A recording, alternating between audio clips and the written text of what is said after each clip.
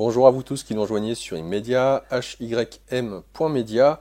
Laurent Fent avec vous pour un nouvel espace thérapeute où je suis très heureux de pouvoir vous présenter notre invité Frédéric Dautrive. Frédéric, bonjour à toi. Bonjour à toi Laurent et merci pour cette invitation. Ouais, non, c'est le plaisir partagé. D'accord. Frédéric, ça fait une bonne dizaine d'années qu'on se connaît. Oui, Donc je t'avais reçu déjà dans le cadre de Santé et Spiritualité sur Radio Ici et Maintenant. Tu es quelqu'un que j'apprécie énormément. merci. Beaucoup d'affinités. Tu es un pote. Voilà, Merci. on a beaucoup d'atomes crochus. Enfin, en tout cas, c'est Oui, comme ça que moi je perçois, hein. Après, oui. je sais pas si c'est partagé, mais je Si, pense si, que si, aussi, si, si, si, si, effectivement. si. Voilà, Évidemment. t'es le mec super sympa, qui se prend pas la tête, Ouais, non. qui est hyper compétent dans ce qu'il fait, qui Merci est beaucoup. sincère et qui est en transparence. Oui. Donc, ce qui fait que c'est beaucoup plus facile pour travailler avec ceux et celles qui viennent à toi, parce qu'au moins, cette transparence permet en miroir de pouvoir voir relativement clair, si je puis dire, parce Mm. que tu es malvoyant, Oui. dans les cœurs. Mm. Donc, pour celui ou celle qui suit cette émission, de donner déjà ton site internet www.chemindéveil.com, sans l'apostrophe, sans l'accent, tout attaché, chemindéveil.com. Au singulier. Oui, oui, pour y avoir plusieurs, effectivement. Donc, pour ce qui est des différentes pratiques que nous allons aborder, alors, sophrologie, ou peut-être que c'est pas la même chose, sophrothérapie, tu nous diras si c'est la même chose que la sophrologie, esthésiologie, Oui. astro-esthésiologie et astrologie psychocausale. Donc on peut dire que, pour faire simple, on va rentrer un petit peu dans les langues anciennes, que tu fais un travail qui à la base est posé sur la maïotique. La maïotique étant un terme, Socratique. voilà, qui a pour but, à travers des questions, d'amener l'interlocuteur à ce qu'il prenne conscience de ses impasses, de ses non-dits, de ses incohérences, etc., etc. Bref, À accoucher de sa vérité. exactement. Sauf que, on va dire que tu as beaucoup évolué aussi dans ta pratique, Oui. de ce que tu faisais. Déjà, ton travail, de ce que je m'en rappelle quand on recevait les internautes à Mm. l'antenne, c'était très intéressant parce Mm. que tu arrives très vite à déceler d'où vient le problème et à travers les questions, l'autre, on va dire, ne peut pas se mentir parce que Non, c'est lui qui donne les réponses. Oui. Donc toi, tu donnes pas les réponses, tu poses les Elle questions. pose des questions. Cela étant dit, avant d'aborder toutes ces différentes pratiques Mm. et techniques, Mm. qu'on en vienne sur ton parcours, Mm. qui là aussi est le tien, j'allais Mm. dire atypique, mais en même temps, on a chacun un parcours Ah ouais. atypique, donc bon. Alors, peut-être que tu peux nous décrire un petit peu le style, l'ambiance de ta petite enfance. Alors, petite enfance, ça, on va pas trop s'y attarder parce que je sais pas si ça a un intérêt en tant que tel, parce que chacun L'ambiance. a son enfance, tu vois, c'est pas l'ambiance, c'est que j'ai un père qui s'occupe pas trop de moi ni de mon frère, plutôt acharné à bosser donc c'est pas quelqu'un qui se montre très attentif au sort de ses enfants et à leur bien-être. Très absent en fait, absent vraiment dans tous les sens du terme, physiquement et psychiquement. Et puis une mère en fait qui se débrouille tant bien que mal pour endosser les deux casquettes donc voilà, c'est pas une enfance, enfin j'ai pas vécu une enfance très épanouissante. Voilà, c'est pas le mot que j'emploierais. Euh, Alors, les valeurs qui t'ont été inculquées, ou celles pour toi qui étaient importantes à l'époque. les valeurs qu'on m'a inculquées ou celles qui étaient importantes, celles qui m'ont été inculquées, celles que j'avais déjà peut-être en moi, c'était le sens du respect de l'autre. J'avais déjà petit cette qualité d'écoute, hein. Je m'en suis rendu compte bien des années après en commençant la méditation, mais j'étais déjà très méditatif, déjà petit. Il m'arrivait d'avoir des expériences mystiques sans même le savoir. Donc j'étais déjà très imprégné de cette énergie-là, en fait, cet état de conscience-là. Mais j'étais toujours très en recul par rapport aux choses et je ne comprenais pas du tout l'organisation de la société. C'est-à-dire que je ne comprenais pas l'utilité d'une mairie, je ne comprenais pas du tout le monde dans lequel j'évoluais. J'étais vraiment comme un... Je me suis souvent comparé à un extraterrestre arrivé sur Terre qui ne comprenait rien à l'organisation de la société, mais rien, et encore moins dans les enjeux de devenir, c'est-à-dire les enjeux sociaux, les relations sociales, tout ça, j'y comprenais que dalle. J'ai passé mon enfance assez seul. Est-ce que... Pas d'amis, ou un seul, mais qui s'est suicidé. Effectivement. Voilà. Donc, on va dire en toi, avec toi, et pour toi, pour le coup. Juste une spécification que je te demanderais, enfin une spécification, Oui. un éclaircissement, du moins, sur ce terme. Quand tu parles d'état mystique, est-ce que ce qui a été enseigné par tes parents ou peut-être le milieu socio-culturel avait un lien avec alors la religion, la spiritualité? Est-ce qu'il pouvait y avoir un monde parallèle, spirituel, où tout ça n'existait pas et que finalement tes états te mettaient quelque part un peu en porte-à-faux entre ce que tu vivais et puis même ce qui t'était enseigné de ce côté-là? Je sais pas. Rien ne m'a été enseigné. Ma mère s'est refusée à nous inculquer quoi que ce soit au niveau religieux. Elle partait du principe qu'on choisirait en temps et en heure notre orientation, ce qui était plutôt une bonne chose. J'ai quand même une mère qui est très ouverte d'esprit et donc capable d'aborder n'importe quel sujet, de la vie quotidienne jusqu'à la sexualité, c'était pas un problème. Mais rien ne m'a été inculqué de cet ordre-là. J'ai pour souvenir que j'avais eu une discussion avec un professeur, parce qu'on parlait des animaux, c'était au collège, et elle nous avait sorti en classe que les animaux n'avaient pas d'âme. Or, à 11 ans, je savais déjà que les animaux avaient une âme puisqu'ils rêvaient, ça partait juste du bon sens, j'avais déjà ce bon sens-là. Si un animal rêve, si un chien rêve, c'est qu'il a une âme. Et pourquoi je voulais dire ça, je ne sais plus, j'ai perdu le fil, mais ça va On revient revenir. sur la question si tu veux. Comment dire... Ce qui t'était enseigné. Là, et à 11 ans, en fait, j'étais déjà... Enfin, je savais que la réincarnation existait, c'était déjà installé comme ça. Donc, je pense que j'hérite beaucoup de mon passé, sûrement... dans une vie antérieure qui fut sûrement très empreinte de religion, si ce n'est de spiritualité, en tous les cas peut-être des deux. Parce que en grandissant, je me suis quand même aperçu que je vivais un peu comme avec beaucoup d'interdits, je ne m'autorisais pas du tout à fumer, pas à boire. Pour moi c'était proscrit, il ne fallait pas rire, parce que c'était pas sérieux. Alors qu'aujourd'hui j'ai beaucoup changé mon fusil d'épaule. J'aime le rire, en fait, tant que je peux rire, ça me va très bien. Je préfère...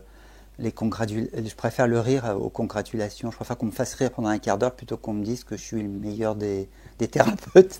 Parce que c'est ce qu'il y a de meilleur, je trouve, c'est le rire. Alors que voilà, jusqu'à passer 30 ans, je ne riais pas. Et je ne voyais pas l'intérêt des rires. Jusqu'à 30 ans, ouais. Ah oui, c'est jusqu'à un âge très avancé. Mais t'étais coincé? Non, c'était pas sérieux. Rire n'était pas sérieux. Donc je pense que j'étais très empreint d'un univers religieux, monacal. Peut-être en tant qu'homme ou en tant que femme, je ne sais pas. Mais il n'y avait pas que ça, parce que comme j'étais à 11 ans, je savais que la réincarnation existait, c'était une certitude. Je pense que j'ai dû avoir des vies antérieures qui étaient sûrement au Tibet ou quelque part par là, chez les lamas. D'accord. Voilà. Quel type d'expérience, quand tu dis très jeune, tu as vécu des expériences d'ordre mystique? Est-ce que tu peux nous en parler d'une qui peut-être a été décisive? Oui, c'est quelque chose qui revenait assez souvent, notamment quand mes parents avaient des invités. J'étais très observateur à l'époque et j'étais déjà très silencieux mentalement à l'époque. Donc ce qui fait que je ne passais mon temps qu'à observer les gens, en fait, leurs réactions, leurs mimiques.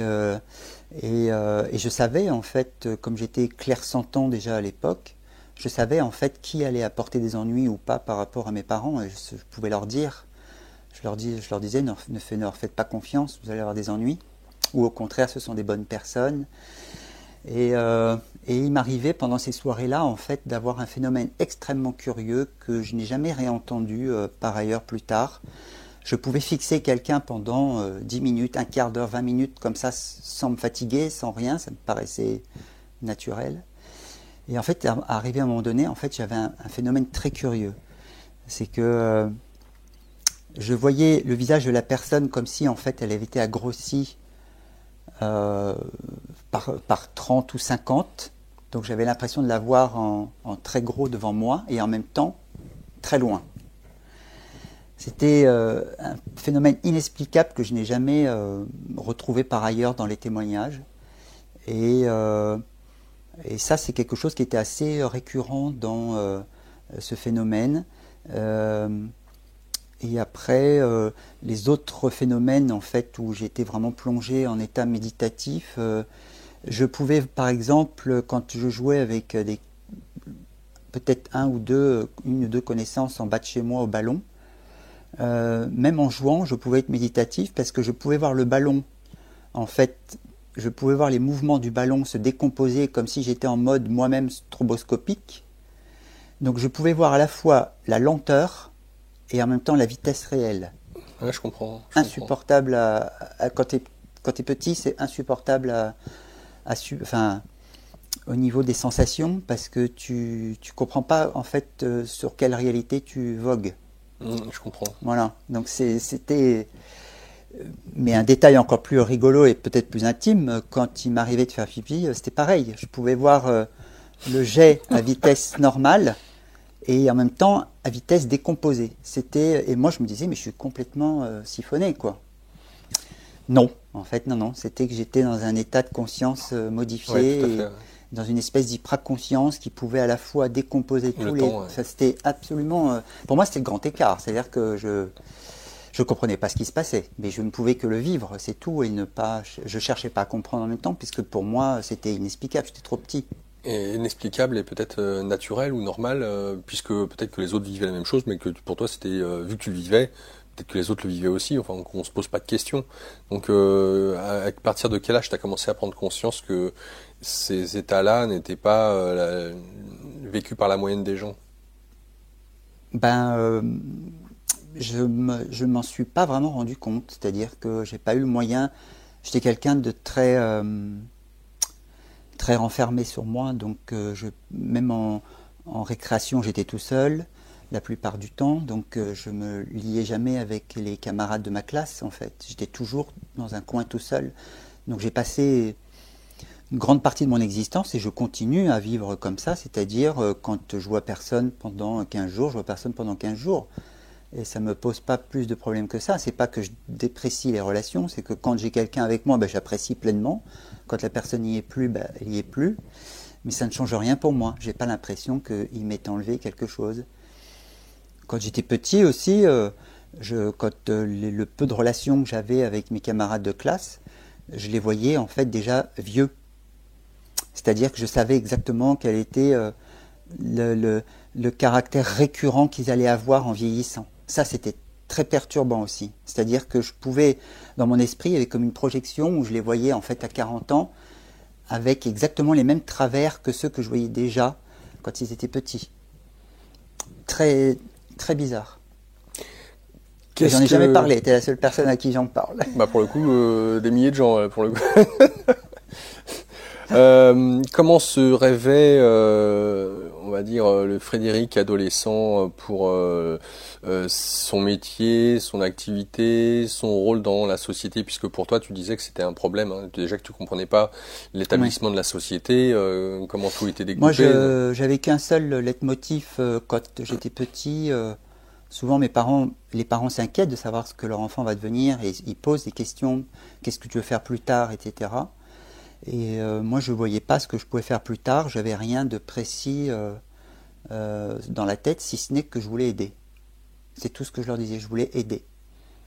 Donc petit à petit, en grandissant, en étant ado, ça s'est précisé. Je voulais être juge pour enfants, parce que c'était apparemment la seule manière dont je voyais que je pouvais aider les enfants. C'était une représentation qui était a posteriori farfelue, parce qu'elle a rien en fait un juge n'aide pratiquement en rien quelque chose. Enfin, je veux dire, c'est pas comme ça qu'on aide une personne, mais c'est la seule façon dont je me représentais pouvoir aider. D'accord. Donc très très vite, évidemment, ces souhaits ont été contrariés Par. parce que en seconde, j'ai dû arrêter mes études parce que j'avais pas le niveau. J'ai mal été orienté, mal conseillé, etc. Enfin, ça s'est passé comme ça. Ça devait se passer comme ça de toute façon. Et ça s'est passé comme ça. Enfin, de là à arrêter les études, c'est quand même. Enfin, il y a peu de. J'avais pas le niveau. Je voulais faire en fait plus tard. En fait, j'avais révisé ma copie. Je voulais être avocat. Et en fait, arrivé en seconde, on m'a dit mais vous n'avez pas le niveau pour faire en gros un bac littéraire. Et pourquoi pas avoir redoublé ou. J'avais déjà eu comme j'avais des problèmes psychologiques étant petit, De quel ordre? du fait d'un père un peu violent. Du coup, j'ai redoublé 2 fois. Donc, j'avais Ouais. déjà redoublé tout ce que je pouvais redoubler. Hmm. Donc, voilà. Donc, bon, les études, c'était pas pour moi, quoi. Et on t'a orienté vers Alors, en fait, BEP, CAP alors, ou. il s'est passé un phénomène assez curieux. C'est que, arrivé aux 3 quarts de l'année, donc fin seconde, où là, j'ai commencé à comprendre que je pouvais dire adieu Aux études? au bac. Pour moi, ça a été une très grande claque parce que j'avais à l'époque, comme j'avais déjà 2 années d'avance sur les autres psychiquement et émotionnellement, que j'avais une mère qui était quand même assez à cheval sur le bien parler français. J'avais donc, comment dire, je m'étais un peu construit une personnalité qui voguait un petit peu au-dessus des autres.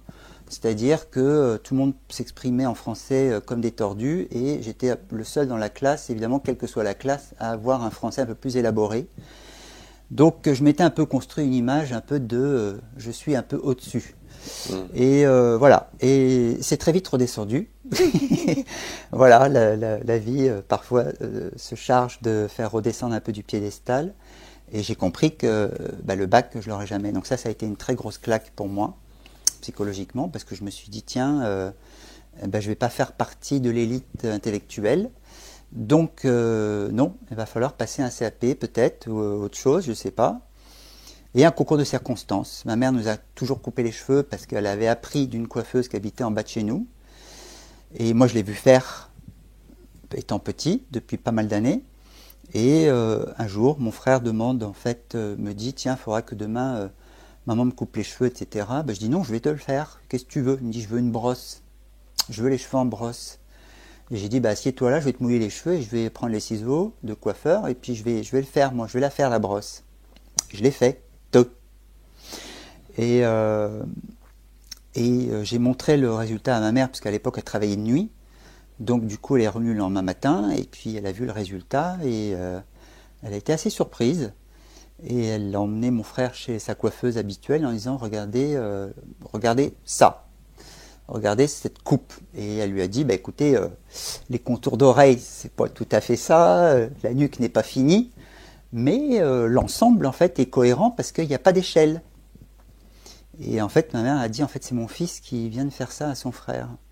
Et votre fils est doué madame. Donc ça s'est dessiné comme ça. C'est un truc complètement farfelu. Ouais, ouais. Et moi, je ne savais pas du tout en rentrant en coiffure, en fait, ce que j'allais donner. C'est-à-dire que je rentrais dans un univers que je ne connaissais pas du tout, et je ne savais pas du tout quel était mon potentiel. Et il s'avère que j'ai, en toute modestie, j'avais un véritable talent, en fait. Mais ça aussi, je ne m'en suis pas rendu compte tout de suite. Ça a été ma spécialité, hein, c'est-à-dire d'avoir des talents, et d'être le premier à les banaliser. Et je m'en suis rendu compte que 10 ans après avoir arrêté ma carrière de coiffeur, où là je me suis rendu compte que j'avais vraiment de l'or dans les mains. Est-ce qu'on peut dire que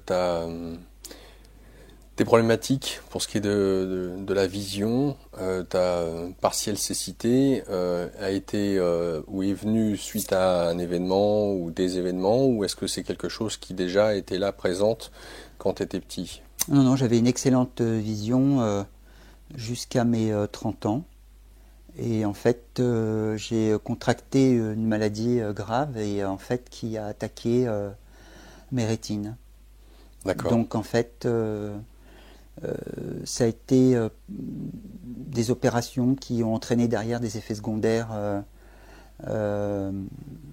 qui n'étaient pas spécialement prévus et qui en fait ont très vite dégradé ma vue et bien plus tôt que prévu.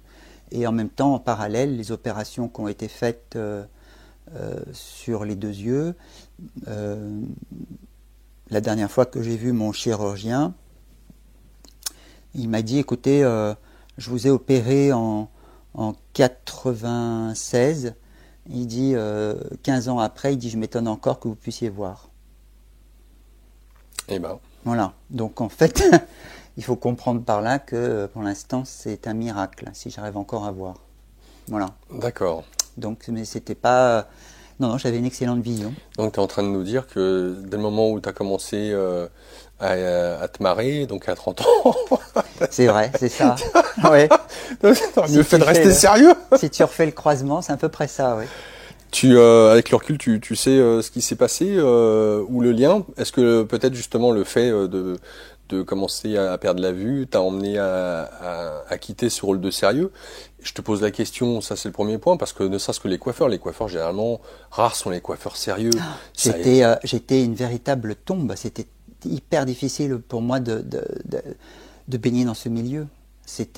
Enfin, vous prenez un moine et vous le mettez en fait dans un salon de coiffure. C'est exactement en fait ce qui se passait. Il fallait que je parle, la pluie de beau temps, ça ne m'intéressait pas du tout. Il fallait que je rentre en contact avec les gens, je ne savais pas comment faire. C'était terrible. Et au point où les 3 premières années, en fait, au bout de la 3e année de coiffure, j'ai commencé à déprimer parce que je vendais du vent et que je trouvais ça inutile. De coiffer les gens? Oui. Ça n'est que bien des années après, encore une fois, 15 ans après, que j'ai réalisé que ce n'était pas tant le rôle qui était important, mais en fait, qui on était à travers ce rôle qui était bien plus important que le rôle en lui-même. Bon. Alors pourquoi avoir arrêté la coiffure? Est-ce que c'est des problèmes de... Mes problèmes de vue. D'accord. Je ne pouvais plus. Je coupe aujourd'hui toujours, je peux aujourd'hui couper les cheveux aux femmes, notamment les cheveux longs.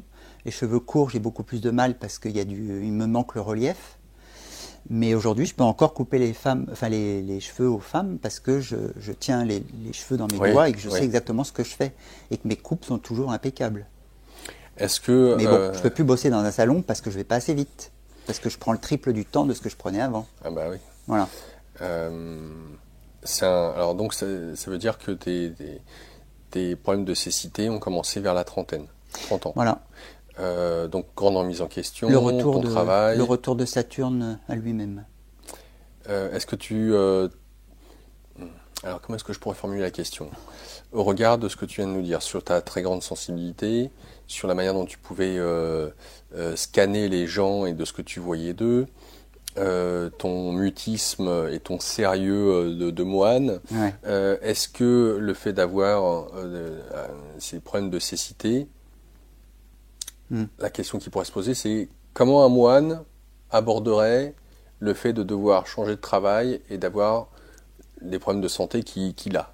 Est-ce que tout s'effondre? Est-ce que c'est la dépression? Alors, en fait, non. Parce que à 18 ans, l'âge auquel en fait, j'ai arrêté mes études en seconde, étant donné que j'avais 2 années de retard, j'avais commencé un an auparavant l'astrologie karmique. Avec? Tout seul, en autodidacte. Les livres et hop. Voilà, et notamment ceux d'Irène Andrieux, puisqu'à l'époque, elle avait déjà commencé à publier des ouvrages sur le sujet. Et c'est là où j'ai commencé à décrypter mon propre thème et que j'ai compris que la vie... d'abord que je venais en effet bien d'un univers religieux, hein, ça se confirmait par le nœud sud en maison 12. Et donc il y avait vraiment un univers religieux qui était très présent. Et puis que le nœud nord en maison 6 eh bien, me demandait en fait d'être dans un quotidien. Donc ancré dans quelque chose de très pratique, très pragmatique. La maison 6 c'est quelque chose de très pratique et pragmatique. Et ce que j'étais pas du tout, moi le quotidien, quand j'étais ado, etc., moi je planais complètement. D'ailleurs ma mère me le disait assez souvent, hein. T'es complètement naïf, mon pauvre garçon, tu planes complètement, réfléchis 2 secondes, tu réfléchis pas assez, ce qui était vrai. Mais ce qu'elle ignorait, ma mère, c'est que j'étais intuitif.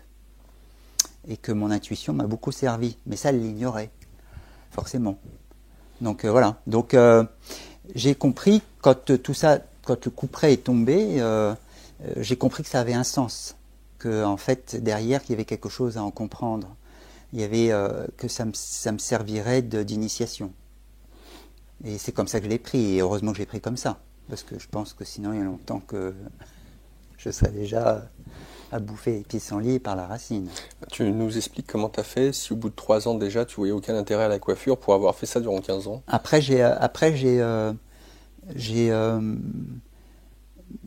petit à petit en fait j'ai réussi à rentrer dans ce quotidien, dans en fait j'ai eu la maîtrise de mon métier assez vite, plus vite que d'ordinaire, et ce qui fait que le plaisir finalement d'avoir des résultats où les clientes étaient vraiment satisfaites, ou même les clients aussi. Du coup, ça m'a fait du bien globalement, et du coup, ça m'a un peu rattaché. Enfin, le plaisir en fait de voir ces gens satisfaits, c'est ça qui a primé en fait sur le reste. Et après, j'ai pris plaisir en fait à mon métier. D'accord. Et d'ailleurs, souvent, un coiffeur, quand il coiffe, ne doit pas d'ailleurs coiffer pour sa propre pomme, hein, c'est-à-dire qu'il ne doit pas se faire plaisir en plantant une coupe à quelqu'un dont la personne n'a pas envie. Moi, j'étais très à l'écoute, et donc vraiment dans le respect des limites des gens, dans ce qu'ils voulaient ou ce qu'ils ne voulaient pas. Et bien souvent, il vous arrive de faire une coupe à quelqu'un, vous savez pertinemment qu'elle ne lui va pas, ou voilà, que ça ne lui convient pas. Et la personne, souvent, lui dit « Ah, ben, j'aime bien, qu'est-ce que vous en pensez ?» Ce que j'en pense, c'est que ça vous va pas, mais c'est pas ce que je disais. Je disais, écoutez, si ça vous fait plaisir, alors ça me fait plaisir aussi, et ce qui était vrai, tout en sachant que ça lui allait pas, éventuellement. Mais c'était comme ça, j'avais trouvé mon plaisir en faisant plaisir. D'accord. Et ensuite, dans les 3 dernières années, avant d'arrêter, sans savoir que j'allais arrêter, j'ai commencé en fait de plus en plus mon intuition à opérer en fait auprès des clientes. Et c'est comme ça que j'ai réussi à en sauver 2 ou 3 de la noyade. Ah ouais, carrément. Oui, il y en a une notamment, je m'en souviens, c'était une cliente qui ne m'était pas destinée parce que c'était la cliente d'un autre coiffeur dans le salon. Ce jour-là, le coiffeur est absent, c'est moi qui la prends en charge. Je la coiffe et on discute de sa fille qui est anorexique. Et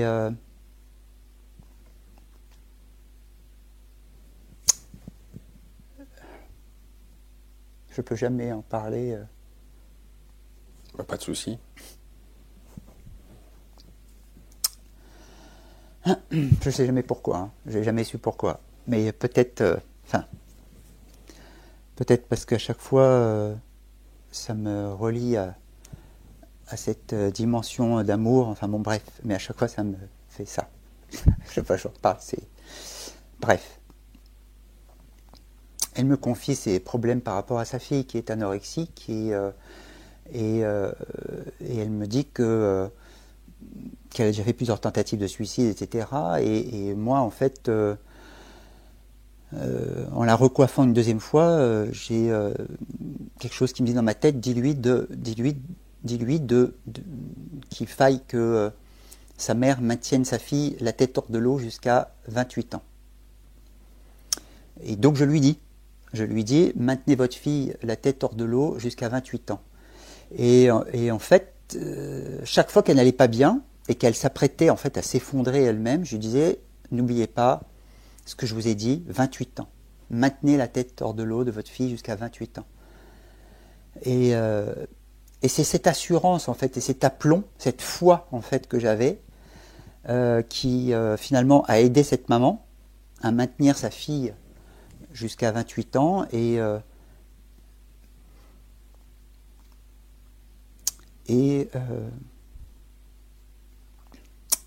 sa fille sa mère en fait est arrivée un jour au salon, et le sourire jusqu'aux oreilles, et elle n'a pas eu besoin de me le dire, mais elle me l'a dit quand même, mais j'avais compris.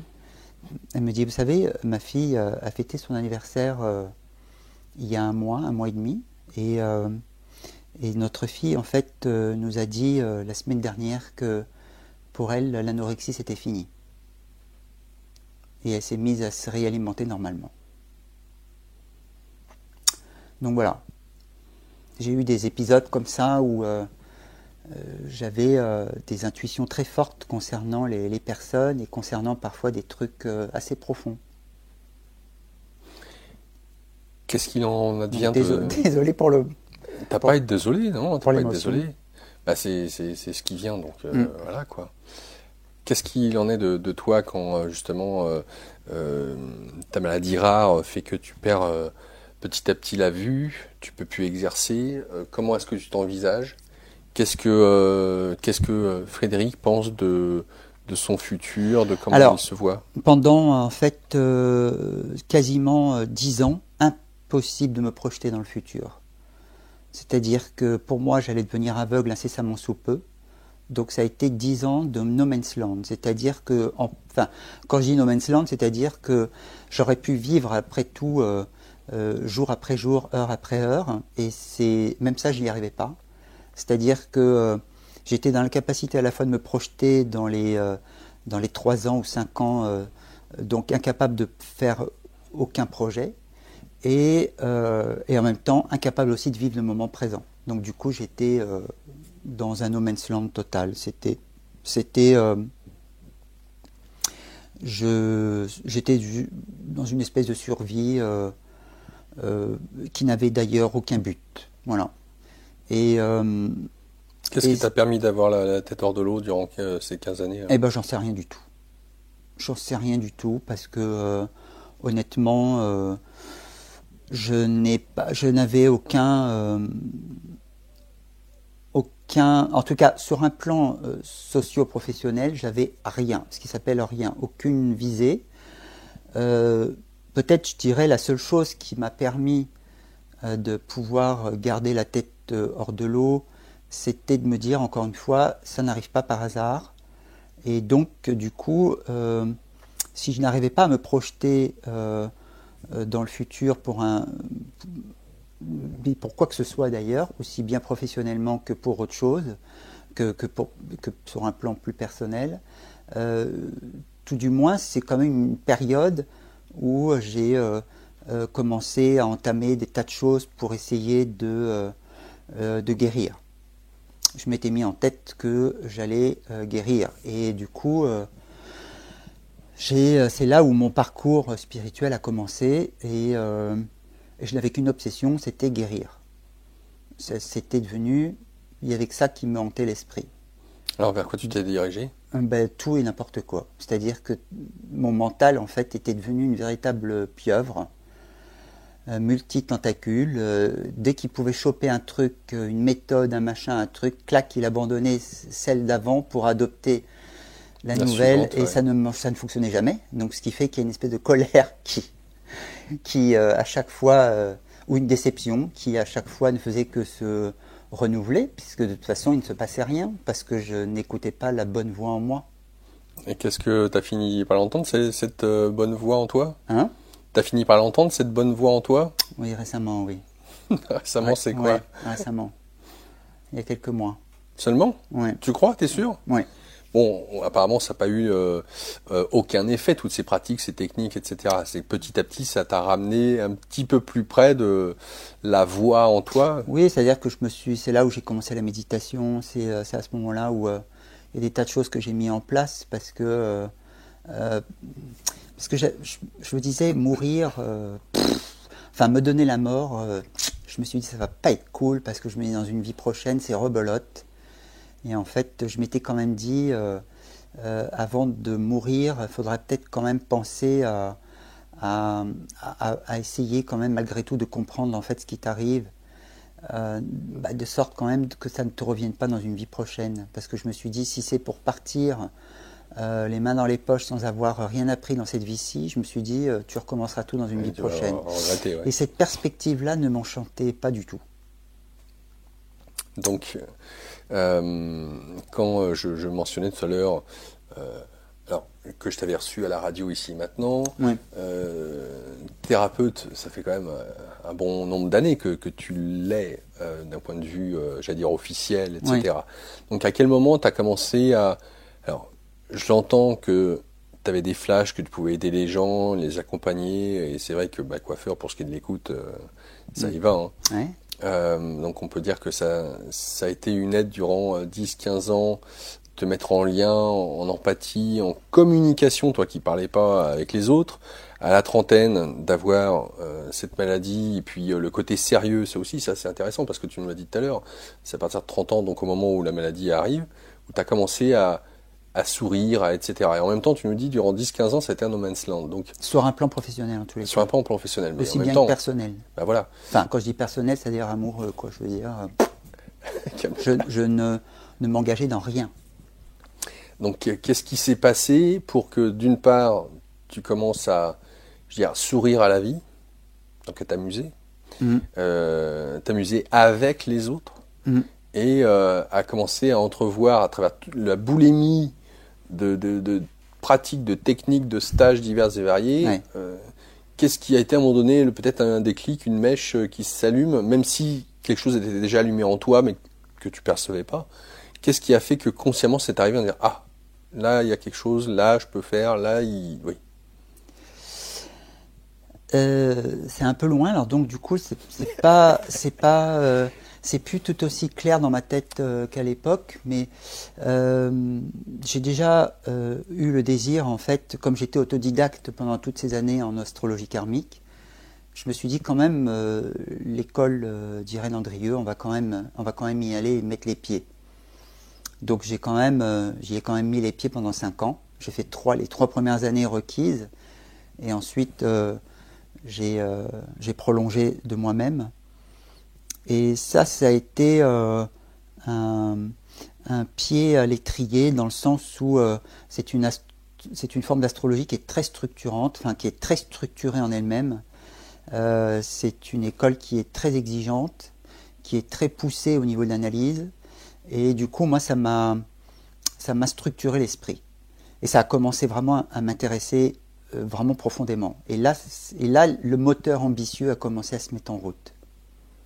Là, j'ai commencé, en fait, le starter a démarré. D'accord. Là, en fait, je pouvais commencer à me projeter. Voilà. Et ensuite, la prof qui nous enseignait avait, elle, en parallèle, commencé une formation en sophrologie, dont elle nous a donné un peu quelques séances comme ça de groupe de sophrologie. Et du coup, ça m'a intéressé. Et du coup, j'ai suivi par la suite, en parallèle, plutôt une formation en sophrologie avec la même prof qu'elle avait eue.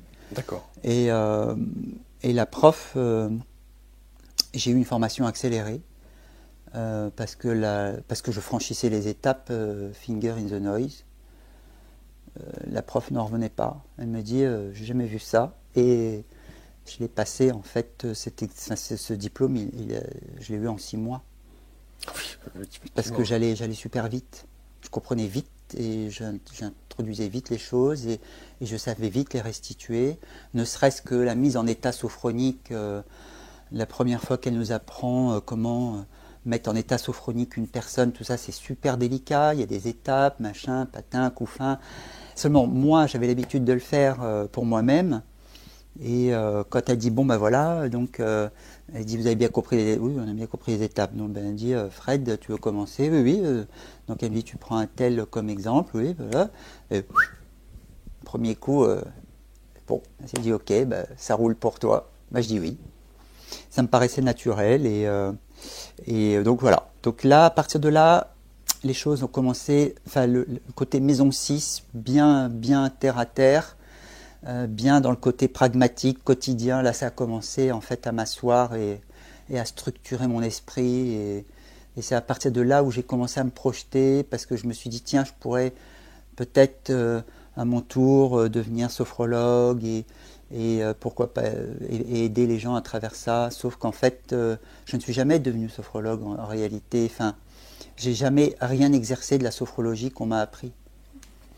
Parce que pendant 1 an, je n'en ai rien fait, parce que je m'étais dit, tout ce qu'on m'a appris là, c'est bien joli, mais j'ai l'impression que on nous enseigne pas à travers la sophrologie, en fait, l'essentiel de ce qu'on doit nous enseigner. On nous enseigne des tas de pratiques, la méthode de Schulz et ceci et cela, ce qui est enseigné dans toutes les écoles de sophro. Mais je me suis dit, il y a quelque chose qui m'échappe là-dedans. Je me suis dit, moi, tous les exercices, les machins, tout ça, les méthodes, c'est bien joli, mais je me dis, il y a autre chose. Il y a quelque chose qu'on ne m'enseigne pas là-dedans, et qui pourtant est inclus dans la sophrologie, mais que personne n'a l'air de... Ouais. À part peut-être, à part Caicedo, qui avait peut-être en effet compris le truc. Et 1 an après, je me suis dit, ça y est, je le tiens. J'ai médité dessus pendant 1 an, et je me suis dit, je sais en fait ce qu'on ne nous enseigne pas. Et c'est de là qu'en fait est née la première véritable guérison que j'ai fait faire sur un ami. Alors que jamais j'avais fait quoi que ce soit auparavant. Je n'avais touché à personne auparavant, et là ça a commencé comme ça. Tu nous l'expliques, parce que s'il y a une première et que tu parles de guérison, c'est intéressant. Oui. Donc c'était un ami qui m'avait confié que il avait été violé pendant 5 ans par le meilleur ami de son père, et que évidemment ce meilleur ami trouvait tous les moyens évidemment pour être seul avec son fils. Donc ça pouvait être aller au match de foot le week-end, etc., dans le club du coin, etc., etc. Et puis souvent, en fait, il l'emmenait aux toilettes et il en profitait. En fait, toutes les raisons étaient bonnes, hein. C'est-à-dire balade en voiture, il passait la main derrière pour aller prendre la main de son fiston pendant que le père conduisait, hein. Tout était bon pour... voilà. Et donc, un après-midi, on est censé se voir pour papoter et passer du bon temps. Sauf que le matin, en fait, j'étais pas bien, vraiment pas bien. J'avais mal à la tête, j'étais vraiment pas bien du tout. Je me suis dit, je vais annuler. Et il y a une petite voix qui me dit, non, tu n'annuleras pas, tu vas y aller. Et je me dis, c'est ce qu'on va voir, c'est moi qui décide. Et comme j'avais un ego assez fort, cette espèce de petite voix insiste en me disant si, tu dois y aller parce que tu dois faire quelque chose pour cet ami. Et je dis, de toute façon, je suis pas bien, et comme je suis pas bien, je vais pas y aller. Il me dit, si, tu vas y aller, il n'y a pas de problème. Et je me suis endormi là-dessus, et en fait, je me suis réveillé, le mal de tête avait disparu. Donc du coup, plus de motif pour... voilà. Et j'y vais, et je savais pas du tout ce que j'allais faire, en fait. J'avais une petite idée, parce que c'était une sensation, mais j'avais jamais fait auparavant, donc du coup je savais pas comment j'allais conduire ça, mais je savais en gros les étapes qu'il fallait franchir. Et donc l'après-midi passe, et à un moment donné je dis à cet ami, écoute, je suis pas venu seulement discuter avec toi, mais je lui dis carrément, ça pouvait paraître d'une prétention énorme, mais en fait je le disais parce que je le ressentais comme ça, c'était voilà. Je disais, en fait, je suis venu pour te guérir de ton passé. Alors, sur le moment, il restait un petit peu surpris. Et il me dit, mais tu vas me faire quoi, etc. Je dis, en fait, je vais juste te demander d'être assis, de fermer les yeux et puis de suivre ce que je vais te dire. Et ça n'est pas d'hypnose, parce que ma méthode, en fait, peut être reproduite par soi-même tout seul. C'est aussi ça l'intérêt. Moi, je peux guider quelqu'un, mais la personne peut le refaire après, par la suite, tout seul ou toute seule pour n'importe quel sujet. C'est ça aussi l'intérêt de cette méthode. Et donc, je lui fais cette méthode, ça dure à peu près 40 minutes. Et au bout de 40 minutes, en fait, je lui dis, écoute, tu peux rouvrir les yeux quand tu veux. Et puis, il n'avait pas rouvert les yeux, que je voyais des larmes couler. Et... là, c'est pareil. Ça me remet dans le même bain. À chaque fois, ça m'émeut. Hein.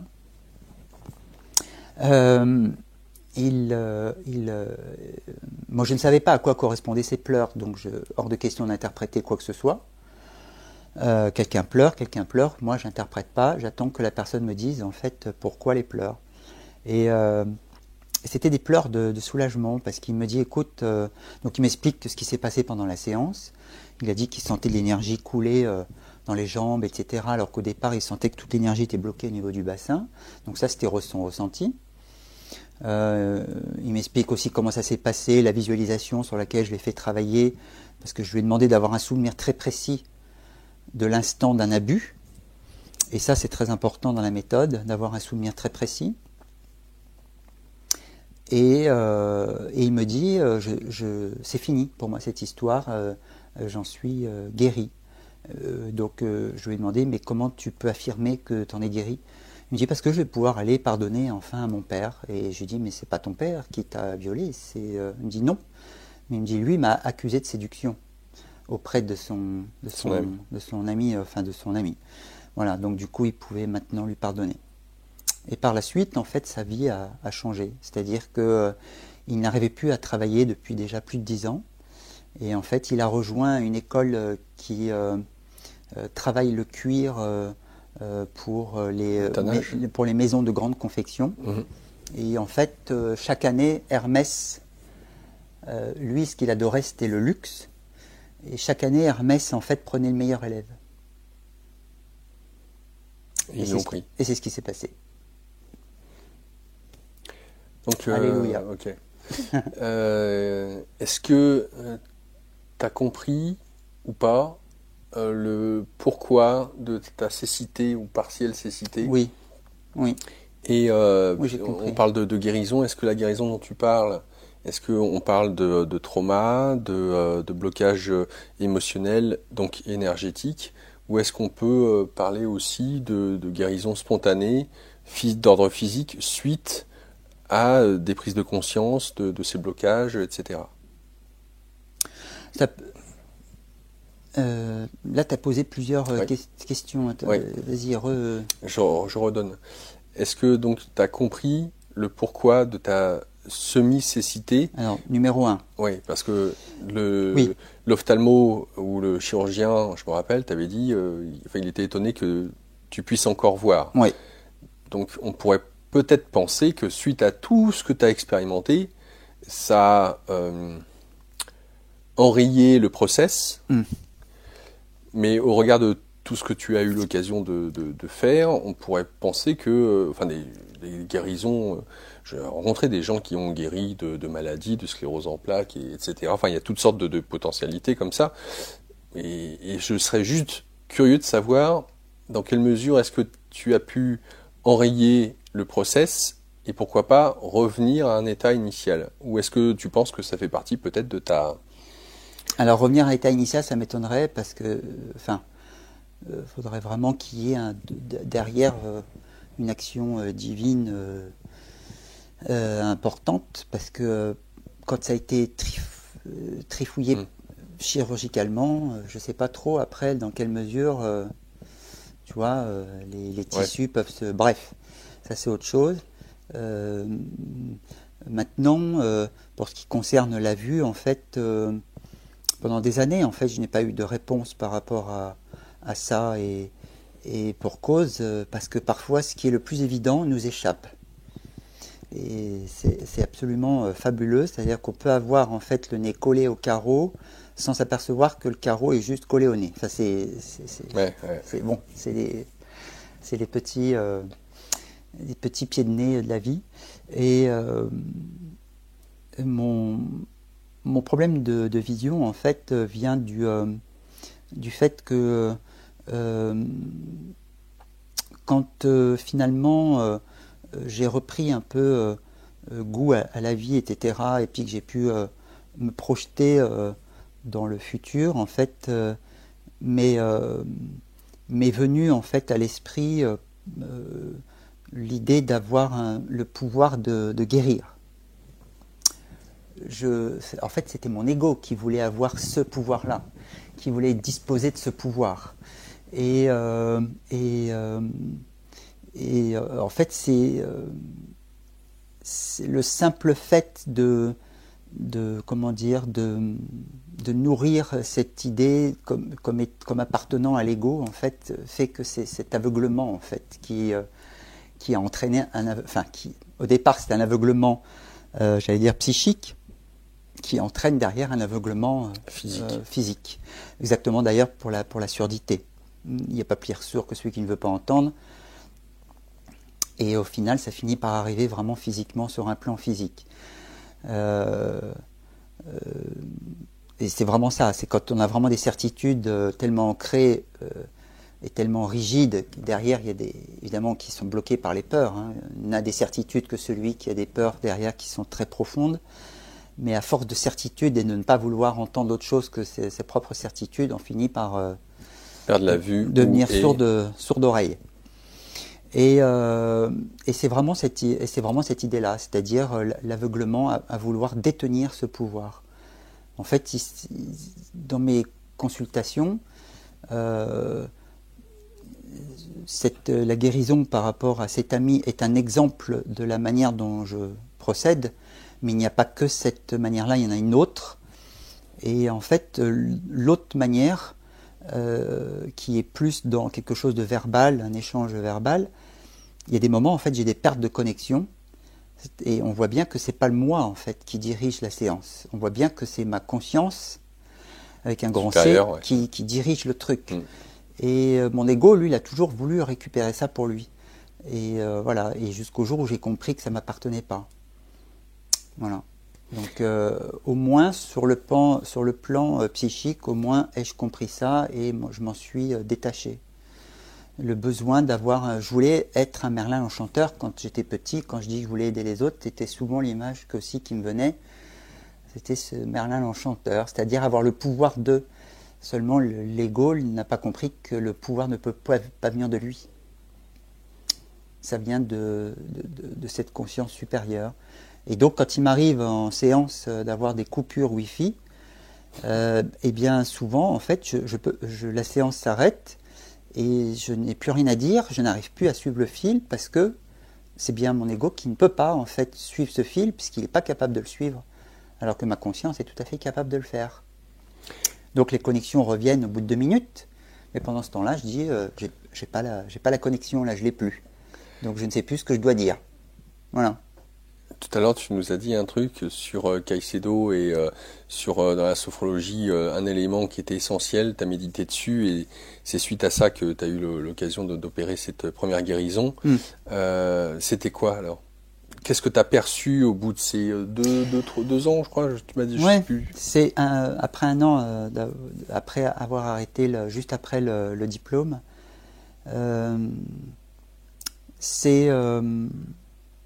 on ne nous enseigne rien à propos de la conscience à proprement parler. Et on nous enseigne des techniques, mais qui ne nous parlent pas de l'essentiel, en fait, en sophrologie.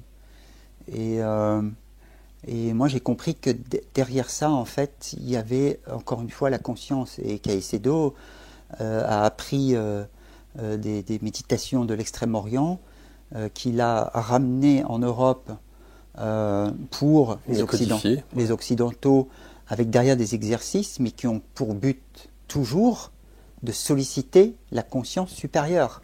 On est bien dans une forme de méditation qui est plus ou moins active, mais c'est une méditation quand même. Donc il y a bien l'intervention de la conscience là-dedans. Et dans la première méthode que j'emploie, notamment pour les traumatismes lourds, comme les viols ou les phobies, c'est exactement cette méthode-là que j'emploie, où en fait la personne n'a pas vraiment besoin de parler de son expérience, j'ai juste besoin d'un souvenir précis, et après on met en place un protocole que j'explique, mais en fait, pendant qu'elle a les yeux fermés, et que moi je la guide, notamment dans la visualisation de ce souvenir-là, quand on passe à l'étape de la guérison, moi je ne fais plus rien, je ne dis plus rien, je dis à la personne, laissez votre intelligence personnelle intervenir pour vous guérir. Donc je ne fais plus rien. Donc je ne sais pas ce qui se passe dans la tête de la personne. Mais j'essaye de rester psychiquement connecté à la personne. Et à un moment donné, j'attends 3-4 minutes et à un moment donné, je vais demander à la personne si son scénario a été modifié et si oui, qu'elle lève le bras droit ou gauche, suivant le protocole que je leur ai donné. Et si elle n'y est pas arrivée, dans ces cas-là, on reprend. On reprend l'exercice et j'essaye de nouveau de la guider pour favoriser l'intervention de la conscience. C'est un truc qui est magique. Et la conscience apporte exactement l'image qu'il faut, en fait, à la personne pour guérir. Pourquoi je le sais? Pourquoi je le sais? Parce que quand... et c'est cet événement-là, en fait, qui m'a fait réfléchir, qui m'a fait méditer, c'est que notre prof de sophro nous a demandé si on avait des peurs. Et moi, j'avais une peur qui était à l'époque extrême, c'était la peur du dentiste. Parce que quand j'étais petit, j'ai été baffé pour mon propre dentiste. Mes parents ne le savaient pas, puisque j'y allais tout seul. Et qu'une fois sur le fauteuil, quand il y avait un coup de roulette de trop ou que le nerf était trop sensible, je m'en prenais une dans la tronche par le dentiste qui me disait « tu es un menteur, tu n'as pas mal ». Donc il a induit chez moi la perte de limites et de repères par rapport au moment où j'ai mal. Donc un grand stress, et en plus de m'en prendre une, quand même. Mais moi je trouvais ça normal, puisqu'à la maison je m'en prenais aussi. Donc je me disais ça doit être logique. Bah oui, je veux dire, quand on a été appris à être baffé, au bout d'un moment, c'est le modèle qu'on reçoit. Donc bah voilà, le dentiste me faisait mal, c'est faux, tu mens, ping, hop, une dans la tronche, et voilà, et avance avec ça. Et bon, et cette prof de sophro nous dit, est-ce qu'il y a une peur? Je dis oui, moi j'ai la peur du dentiste. C'est une terreur, c'est plus qu'une peur. Et elle me fait faire un exercice tout à fait classique en sophrologie pour en fait remplacer le stress par la confiance, par la quiétude et la sérénité. Sauf que pendant l'exercice, moi, elle me dit, t'es allongé sur le fauteuil, donc il y a une part un peu d'induction, bon, ce que je trouve moyen en sophrologie, mais parce que normalement il ne doit pas y en avoir. J'étais allongé sur le fauteuil, et puis à un moment donné, pendant l'exercice, je ne sais pas pourquoi, apparaît sur mes genoux un mouton. Et au départ, mon mental me dit, mais qu'est-ce qu'il fout là, celui-là? Dégage-le d'ici, il n'a rien à faire, on n'est pas dans l'exercice là. Et là, ce coup, ma conscience intervient en disant, laisse-le là où il est. Il y a quelque chose qui me dit, n'y touche pas à ce mouton. Donc du coup, mon mental accepte l'idée de la présence de ce mouton en visualisation. Hein. On est bien d'accord. Hein. Enfin, un mouton qui est apparu sur mes genoux. Bref, la boutade. Et moi, du coup, je crognole le mouton, parce que il était bien sympa. Dans le débriefing, je parle de l'intervention de ce mouton. Et la prof,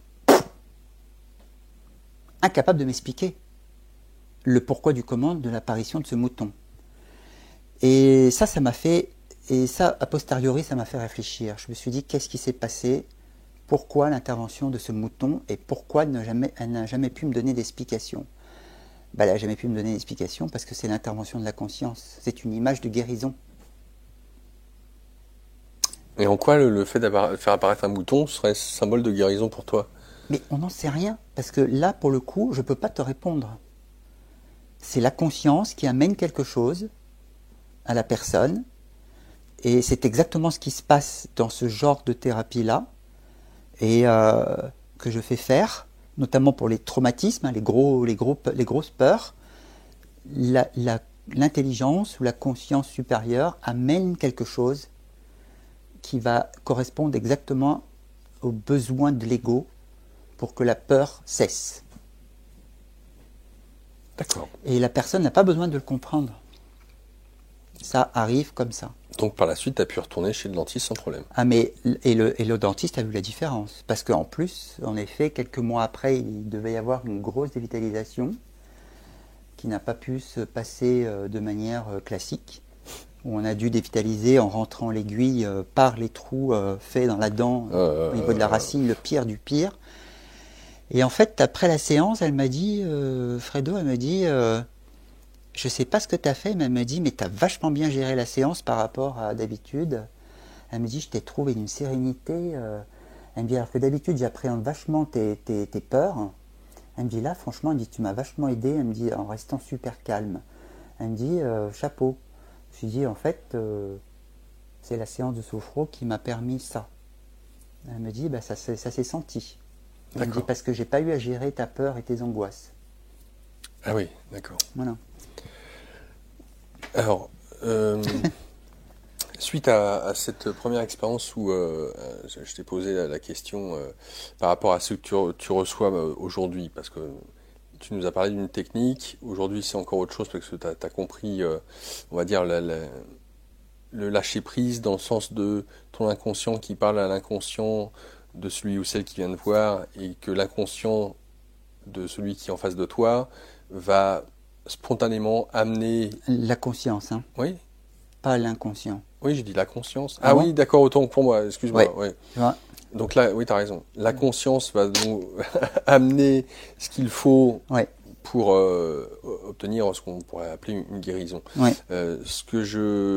Quand tu m'as demandé tout à l'heure, ouais, attends, tu as trop de questions, je voulais commencer par toi, ta Ouais. propre analyse sur toi, Ouais. sur ta vue, etc., pour peut-être expliquer à tous ceux et celles qui nous écoutent de voir dans quelle mesure le corps et l'esprit sont interreliés et dans quelle mesure il peut y avoir une notion de vase communicant de l'un à l'autre, qu'importe le sens. Donc là, pour l'instant, il n'y a pas de question. Non, j'explique déjà pour éviter d'avoir à répéter la question. C'est vrai que je suis un peu long. Ce que je veux dire par là, c'est que parmi ceux et celles qui sont venus te voir, qui avaient peut-être, parce que déjà que ce soit des viols, de l'anorexie ou des traumas, des phobies, etc., arriver à en guérir, c'est waouh. Déjà, c'est énorme. J'ai eu une agoraphobe aussi. Énorme, ça aussi. 2 séances. Ouais. Et maintenant, c'est la question que je te pose, c'est par rapport au corps. Est-ce qu'il t'est déjà arrivé de recevoir des personnes qui, peut-être, avaient des problèmes de santé graves, des pathologies depuis longtemps? Et ils ne sont pas venus pour ça. Ouais. Ils sont venus pour des Je vois ta schémas. question. Je vois ta question. Non, je finis pour les autres. Ouais. Ils sont venus pour régler un problème d'ordre émotionnel, psychique. Ils l'ont réglé et pouf, comme par hasard, le problème de santé physique, lui, disparaît. Ouais. Alors, j'ai pas eu le cas pour l'instant pour des problèmes de cet ordre-là. Mais j'ai déjà eu une personne, en effet, qui m'a retéléphoné par la suite, après la séance, et m'avoir dit que depuis des années, elle souffrait au cervical et que les problèmes de cervical avaient disparu. Alors que jusqu'ici, ils étaient récurrents. Voilà, ça m'est déjà arrivé. Alors qu'elle venait pas du tout pour ses cervicales, elle venait pour autre chose, mais du coup, ça a eu un effet rebond. C'est un peu logique. Enfin, quand on libère en fait une émotion de peur qui reste bloquée depuis des années, et qui, enfin, pour moi, il y a une logique. Ce qui ne s'exprime pas et ce qui n'est pas verbalisé ou évacué, en fait, finit par se condenser au niveau physique.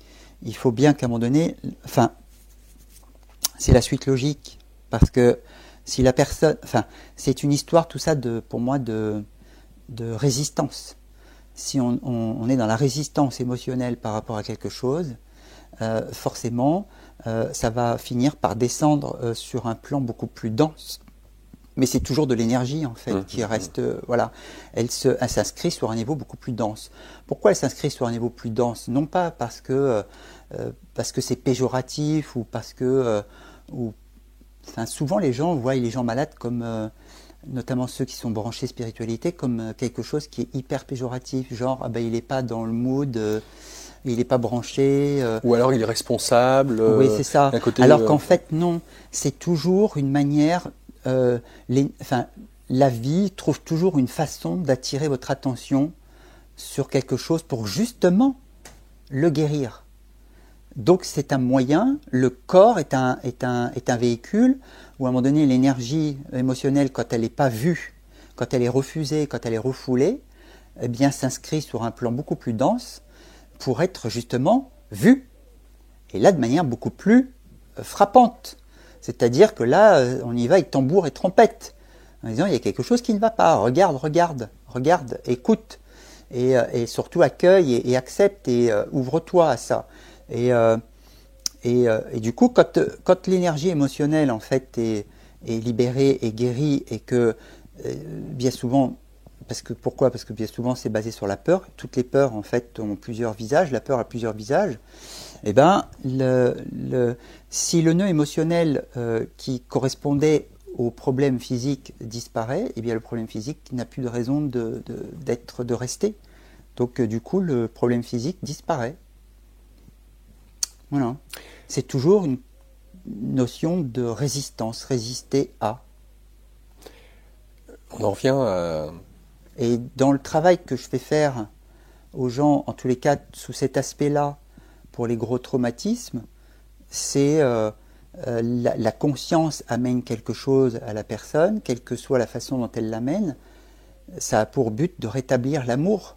La confiance et l'amour qui étaient absents par rapport à quelque chose de précis. Et l'amour prenant place, la peur forcément se dissout complètement. L'ombre n'existe plus, la lumière a pris place. Donc du coup, la peur étant guérie, même si elle n'est pas, même si au départ elle n'est pas comprise intellectuellement, souvent elle peut l'être a posteriori. C'est-à-dire que les personnes peuvent m'expliquer a posteriori pourquoi ils avaient eu si peur. Alors, j'aimerais revenir sur l'historique qui t'a amené à là où tu en es aujourd'hui, parce que tu nous disais que ça fait que quelques temps que tu as vraiment compris ce qui se passait dans la pratique et notamment dans ce que tu fais. Donc on va y venir, mais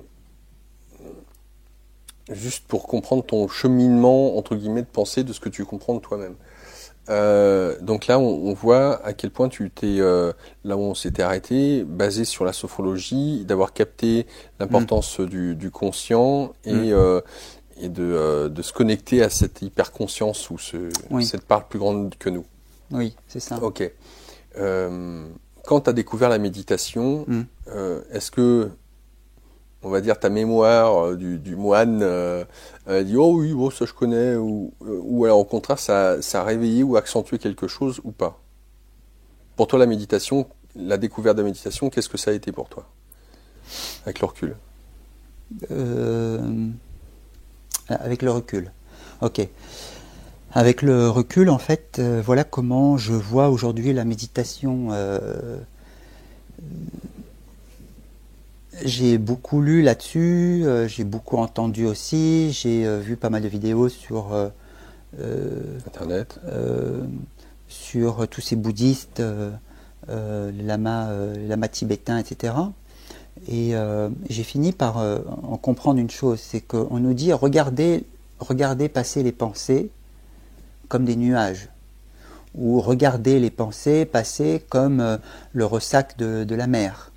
Ça ne fait qu'aller et venir, ça ne fait que passer comme les nuages, laissez-les passer.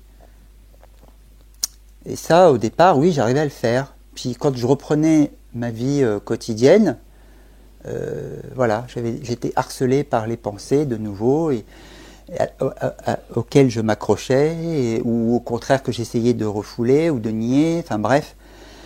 Le mental déteste la peine, donc il trouve tous les moyens. Si c'est pas la fuite, c'est le déni. Si c'est pas le déni, c'est le rejet. Si c'est pas le rejet, c'est le refoulement. Enfin, il utilise tous les moyens possibles pour ne pas avoir affaire à ce qui cause de la peine. Et à un moment donné, je me suis rendu compte dans ma pratique que la méditation, c'était quelque chose qui m'est apparu comme ça. Je me suis dit, mais en fait, être méditatif, c'est quoi? Ça veut dire en fait ne plus accorder d'importance à ses pensées, mais pas seulement quand on est assis en méditation, mais tout le temps. C'est pas juste à un instant T, c'est tout le temps.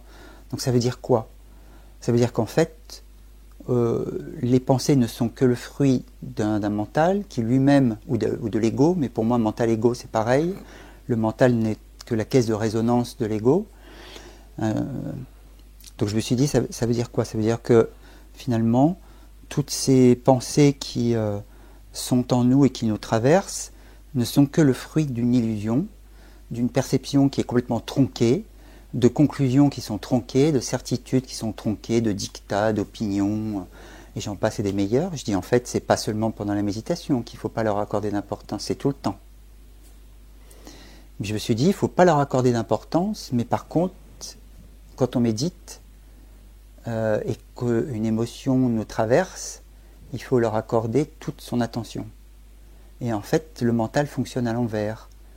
C'est-à-dire que le mental, j'ai compris ça, accorde de l'importance aux pensées et aux émotions, mais sans leur accorder d'attention, alors qu'en fait, il faut procéder à l'envers. C'est-à-dire leur accorder toute l'attention, mais aucune importance. Et en fait, dans la manière de vivre les choses, ça change complètement la donne. Ça veut dire quoi? Ça veut dire que on sait que tout ça, ça n'est que le fruit d'une illusion, de conclusions complètement illusoires, d'un système de perception qui est complètement tronqué, puisqu'il est le fruit d'un conditionnement. Donc on ne voit jamais la réalité telle qu'elle est. On interprète. On voit surtout les filtres. Ce qu'on fait, c'est qu'on décrit les filtres qui décrivent la réalité. Mais en fait, on ne voit jamais la réalité. Comme j'ai l'habitude de dire, et je crois que je l'ai dit sur mon site, on voit la réalité à travers notre réalité, au lieu du contraire, de voir notre réalité. Au travers de la réalité. Exactement. Ce qui est plus intéressant. Et donc leur accorder de l'attention, c'est quoi? C'est-à-dire que quand une émotion monte, que ce soit de la colère ou autre chose, ou du dépit, ou de la déception, ou un dénigrement de soi, eh bien ça veut dire qu'en fait, on sait très bien que ça n'est que construction mentale, donc illusion, mais par contre, il est absolument nécessaire de lui accorder toute l'attention. Pourquoi? Parce que cette attention, elle n'est pas égotique, elle est juste, c'est conscience. C'est la conscience qui peut absorber cette émotion, quelle qu'elle soit. Voilà. Et c'est elle, en fait, qui la réabsorbe. Vous vous contentez juste de porter votre attention sur comment ça agit dans le corps, qu'est-ce que ça remue. Est-ce que c'est la poitrine qui se sent oppressée? Est-ce que c'est le bide qui est complètement tordu dans tous les sens? Est-ce que c'est le cœur qui accélère? Est-ce que Et en fait, laisser vivre la sensation pour juste laisser la conscience réabsorber. C'est un peu, pour moi, c'est un peu l'image d'une tourterelle qui rentre dans un dôme par une petite lucarne et qui s'affole dans tous les sens, ne sachant pas comment sortir du dôme. Et à un moment donné, qui finit par se poser calmement et finit par retrouver, en fait, par le calme, la lucarne par laquelle elle était venue. Ce qui rentre dans notre esprit doit ressortir exactement par le même endroit. Et en fait, laisser cette émotion être réabsorbée par la conscience. Mais pour ça, il faut juste la laisser, il ne faut plus lui opposer de résistance. Et là, du coup, c'est là où en fait on apprend à vivre en harmonie avec soi-même, en ami et non plus en ennemi. Parce qu'on apprend au mental à dire ok, il y a une émotion que tu as vue là qui ne te plaît pas, je suis bien d'accord, tu essayes de me protéger de quelque chose, parce que l'ego a toujours quelque chose à protéger. Dans mes vidéos, j'ai déjà parlé en fait du trépied de l'ego, qui est pouvoir, image, sécurité. C'est là-dessus qu'il se construit. Il a des besoins d'image, il a des besoins de pouvoir et des besoins de sécurité. Donc ça, il est en défense permanente par rapport à ça. Tout ce qui peut menacer ce trépied, il le protège. Et par conséquent, quand quelque chose arrive et qui ne lui plaît pas parce qu'il sent qu'il y a un des trépieds de l'ego qui est menacé, via une émotion négative, du coup, il va avoir tendance à ne pas vouloir le voir, donc à le refouler. Et la première chose qu'il faut faire, c'est parler à son mental en disant « tu veux me protéger de cette émotion, et ça, je t'en remercie, mais laisse-moi rentrer en contact avec, et laisse-moi la vivre pleinement. » Et à force de laisser vivre cette émotion pleinement, en fait, on vit de nouveau en harmonie avec soi. C'est-à-dire qu'il n'y a plus de lutte. Le mental ne rentre plus en lutte contre ce qui est. Je ne sais pas si je suis bien clair. Je t'ai très bien suivi là-dessus, il n'y a aucun problème. Et je te remercie pour ces explications. Oui. Et ce qui va m'amener justement à la suite de mes questions. Quand on était à la radio, donc tu parlais de la maïotique. Alors j'aimerais que tu nous dises un petit peu qu'est-ce que veut dire la maïotique, d'où elle vient, et voilà, on va commencer par ça. Elle vient de Socrate, ouais. Déjà, qui lui à l'époque avait bien compris que et c'est vrai que la question est beaucoup plus porteuse que la réponse. C'est-à-dire que donner à quelqu'un une réponse, en fait, ne va rien lui apporter. Comment dire, se baffrer de réponses par rapport à une question qu'on se pose, en fait, cette espèce de gavage de connaissances, en fait, ne sert à rien. Ce qui ouvre les portes, c'est en fait les questions qu'on peut être amené à se poser. Parce que quand on se pose la question, on a déjà 50% de la réponse qui est présente, et ce questionnement, cet auto-questionnement fait que ça ouvre des portes. C'est le fait juste d'être en mesure de se poser la question. Et d'être en mesure de se poser la question fait que forcément on ouvre des portes à des réponses auxquelles on ne s'attend pas. Alors déjà à l'époque, c'est toi qui posais les questions. À l'époque, je veux dire, à l'époque, on était à la radio, donc à la radio. Je dis pas que tu le fais pas maintenant, mais en tout cas, pour revenir dans le côté historique, hein, tu poses les questions. Je pose les questions. C'est pas la personne qui se les pose. Non. On va dire que je l'aide. Voilà, à se les poser. Dans cet exercice-là, c'est parce que je reparlais de Socrate. Il avait bien compris que le questionnement était quelque chose qui permettait d'ouvrir les portes bien plus que de dire les choses aux gens en disant mais les choses sont comme ça ne fonctionne pas. Par contre, poser la question, ça ouvre des portes, et à chaque fois qu'on repose une question, ça ouvre une autre porte sur une autre porte, qui donne sur une autre porte, et qui doit en fait amener dans la conversation, peut-être dans l'échange qu'on a, la personne en fait à me reposer une autre question par rapport à la question que je viens de lui poser. Et dans les exercices que je fais faire, en fait, mon but n'est que de poser des questions. Alors de temps en temps, évidemment, la personne évidemment m'apporte les réponses aux questions, et quand à un moment donné elle finit par trouver quelque chose, une vérité qui sur le moment la libère, moi du coup je peux lui donner des explications supplémentaires de compréhension, mais qui sont juste la cerise sur le gâteau. Le gâteau, en fait, c'est la personne qui le trouve, c'est pas moi. Moi, je me contente juste de poser les bonnes questions pour que la personne trouve les réponses en elle, parce qu'on a tous les réponses en soi. Donc en fait, c'est comme un entonnoir en fait. Hein. Ou de la spirale.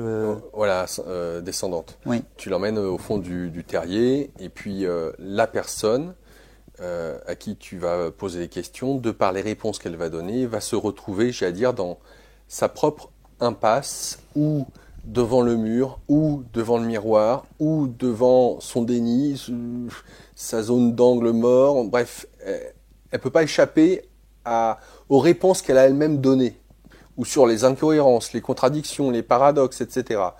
Et vu que tu décèles très vite on va dire les incohérences de la personne, mais plutôt que lui dire vous êtes incohérente ou quoi que ce soit, les questions te permettent ça. Il peut y avoir, quand tu amènes la personne au bout du bout, ça peut être un tsunami, ça peut être, c'est-à-dire qu'il n'y a qu'à voir notre société. Aujourd'hui, on a tellement été dans le déni durant tellement de dizaines d'années, pour pas dire de siècles, que tout ce qui se passe à l'heure actuelle est là pour justement nous permettre de voir ce qu'on n'a pas voulu voir, et qu'une fois qu'on n'a plus le choix, qu'on est devant notre vérité, pourrait-on dire, ça peut craquer, ça peut être non, je ne veux pas accepter, ça veut être de la colère, de la tristesse, ou encore une fois un non, je ne veux pas, je le vois mais je ne veux pas. Donc comment est-ce que ça se passe si tu as été amené à ce genre de situation? Ça se passe pas comme ça. Pourquoi? Parce que, comment dire, dans l'échange, en fait, la personne est venue pour, au départ, résoudre un dilemme, que ce soit par rapport à une relation, une situation, même une croyance. Hein. Il y a des gens qui sont enfermés dans des croyances telles que l'argent ne se gagne pas facilement, et patati, oui. Croyances limitantes. Pourrait en... Bref, le réservoir est sans fin, est inépuisable. Moi, je pars de ces affirmations-là, en fait. La manière dont la personne me retranscrit, la façon dont elle voit les choses. Mon père aurait dû être davantage à l'écoute. Mon père aurait dû être ceci, mon père aurait dû être cela. Bon. Et moi, je pars de ce principe-là, de cette affirmation-là, et je la fais voyager à travers mes questions, pour en fait commencer à voir les choses d'une autre façon.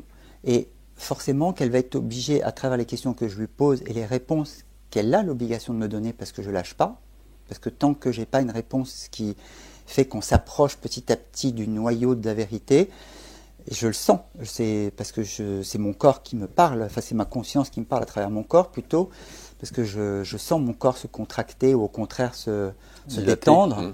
Donc je sais que quand la personne va sur une fausse piste, j'ai le corps qui se contracte, il se passe des choses dans mon corps et je le sens et on fait fausse route là. Donc je dis c'est pas grave, c'est pas ça que je veux entendre comme réponse, je vous repose la question et petit à petit la personne en fait est obligée d'abandonner en fait les chemins de traverse sur lesquels elle était dans la perception qu'elle avait de sa situation, de sa relation. Et elle est obligée de prendre d'autres chemins de réalité, parce que la réalité est vraiment... pour moi, il y a plusieurs réalités qui se superposent et qu'on ne voit pas, parce que le mental est assez habile pour nous montrer le monde à travers une meurtrière en disant « ça c'est le monde ». C'est comme si on regardait un tableau à travers une meurtrière très fine en disant « ah mais ce que je vois là c'est le monde ». Non, non, le monde est bien plus large, seulement il faut élargir la meurtrière. Mais la façon dont on décrit le monde, en fait, encore une fois, n'est que le filtre à travers lequel on le regarde. Et la personne ne me décrit pas le monde, elle me décrit son filtre. Moi, mon but est juste de reprendre ces affirmations et de l'obliger à cheminer autrement. Et petit à petit, alors au départ, c'est pas du tout évident. Mon frère l'a vécu aussi, cette expérience-là, à propos d'un problème qui m'avait soulevé. Et pourtant, je lui avais déjà parlé de cette technique-là, il comprenait bien intellectuellement à quoi ça se résumait. Et quand il l'a vécu, il m'a dit, mais c'est un truc de fou. Il m'a dit, il y a une demi-heure, j'en étais à être la mort dans l'âme, à croire vraiment la façon dont je voyais les choses. Et une demi-heure après, il me dit, j'en rigole tellement, c'est ridicule, quoi. Et mon frère, pourtant, était quand on a commencé la séance, il était la mort dans l'âme. Et donc c'est la manière dont je rebondis par rapport à ce qu'il m'est dit, où j'emmène petit à petit la personne, en fait, à changer son fusil d'épaule. Mais pour ça, en effet, je suis obligé de contraindre son mental à aller dans une direction que je lui donne à travers la question. Et si tu voyais les choses comme ça, décris-moi ce qui se passerait. Et la personne au départ me dit non mais ça c'est... Non, moi j'ai rien, moi. Je dis oui, je sais que vous n'avez rien, mais vous allez me donner quand même des réponses. Voilà, je dis allez-y, allons-y, je veux un exemple. Donc la personne finit tant bien que mal, parfois pendant 20 minutes, elle ne me trouve rien du tout, mais c'est pas grave, ça fait partie de l'exercice. Ce qui prouve en effet que son mental est extrêmement résistant. Ce qui prouve que la personne croit absolument la manière dont elle voit les choses. Elle croit en ses pensée et en son système de pensée. Elle adhère totalement sans aucun recul. C'est ce que j'appelle un peu cette espèce de crédit inconditionnel à ce que notre mental nous raconte. La personne est persuadée que c'est comme ça que les choses sont. Et quand elle finit par découvrir, à force de la contraindre à aller voir dans cette direction-là, elle me donne une réponse. Bon, il me dit oui, enfin bon, oui. Enfin, ça pourrait être ça, ça pourrait être autre chose. Deuxième réponse. Donnez-moi un autre exemple de la contre-affirmation que vous venez de me donner. Donc, elle finit par en donner un deuxième, puis un troisième, puis un quatrième. Puis après, ça devient de plus en plus facile. Et là, d'un seul coup, on commence à élargir un peu le truc et la personne se dit, mais en fait, oui, c'est vrai, j'avais jamais vu les choses comme ça. C'est vrai que du coup, ça aurait pu être aussi ça, en fait, la réalité. J'ai dit, oui, ça aurait pu, oui. Et donc, là, l'esprit commence à s'ouvrir en se disant, tiens, il y a d'autres possibilités que celles que j'avais vues auparavant. Donc, on chemine petit à petit, tous les deux. On a 90 minutes, donc on a le temps. Hein, et petit à petit, elle finit par tomber sur la vérité qui la libère. Et là, du coup, la souffrance s'évanouit. Le stress s'évanouit, l'angoisse s'évanouit, comme si elle n'avait jamais existé. Alors, et ça, souvent, ça bluffe les gens. Et comment c'est possible, justement? Et pourquoi je te pose la question? C'est parce que il y a des psychothérapeutes, Je peux il donner y un a des exemple. psychiatres. Je peux donner un exemple tout bête. Attends, Frédéric, juste pour finir de poser la chose, ce que je veux dire par là, c'est que est-ce que de mettre en mots, MOTS, nos mots, MAUX, suffit?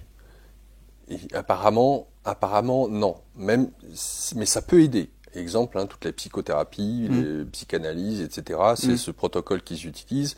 Et apparemment, ça peut aider. Quoique, il y a des fois, on peut faire une psychanalyse durant 10, 20, 30 ans. C'est pas pour autant que Freud... pas grand-chose. Exactement. Donc, mettre en mots nos mots MAUX n'est pas forcément une aide ou une solution. Donc, qu'est-ce qui se passe quand tu utilises ce protocole de questions-réponses et que tu permettes de faire voir la réalité sous un autre angle? Et tu parles là, pour le coup, carrément de miracle, où on change de croyance limitante. C'est ça. Comment c'est possible alors que tu fais appel au mental de prime abord? C'est ça. Mais parce que je l'invite à voir les choses sur un... Alors, pour être plus concret, c'est comme si finalement on était peut-être en montagne, que la personne gravit la face nord et me dit, la face nord, elle est comme ça. Je la contrains à gravir la face sud. Et elle me dit, non, mais finalement, en fait, la réalité, c'est aussi ça. En fait, il y a les deux réalités qui se superposent, mais d'un seul coup, elle voit... La face nord était reliée à la peur, parce qu'il faut bien comprendre qu'il y a toujours l'émotion de peur derrière, ou de stress, ou d'angoisse, ou de je ne sais pas trop quoi. Il y a toujours cette notion de peur. Donc elle gravit, elle n'a que l'image de la face nord sous la bannière de la peur.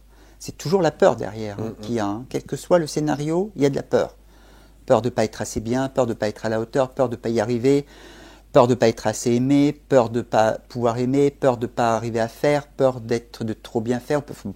Bref, on a compris que là aussi, toutes les peurs ont différents visages. Et je lui montre petit à petit, par le biais des questions, qu'il existe la face sud de la montagne. Et ça, elle n'avait pas du tout envisagé que la face sud existait. Mais c'est moi qui lui fais découvrir par les questions que la face sud existe. Et c'est elle qui me le dit en réponse. Donc c'est elle qui commence à découvrir que la face sud existe. Donc je lui dis, viens voir par là. Viens voir, fais le tour. Ah mais non, le tour n'est pas possible, parce qu'il n'y a que la face nord qui existe. Viens. Mets un pied par là, mets un pied là, mets un pied là, et regarde ce qui se passe. Ah, la face sud. Mais la face sud, il n'y a pas de peur. Il y a juste une découverte d'une autre perception de la même réalité. Alors comment est-ce que, par exemple, par rapport à un viol, comment c'est possible de percevoir autrement le viol que la manière dont les gens, la plupart du temps, le voient? Enfin, tu vois ce que je veux dire? Oui, pour ce qui est des traumatismes aussi lourds que ça, là j'emploie l'autre méthode qui n'a pas besoin de parole.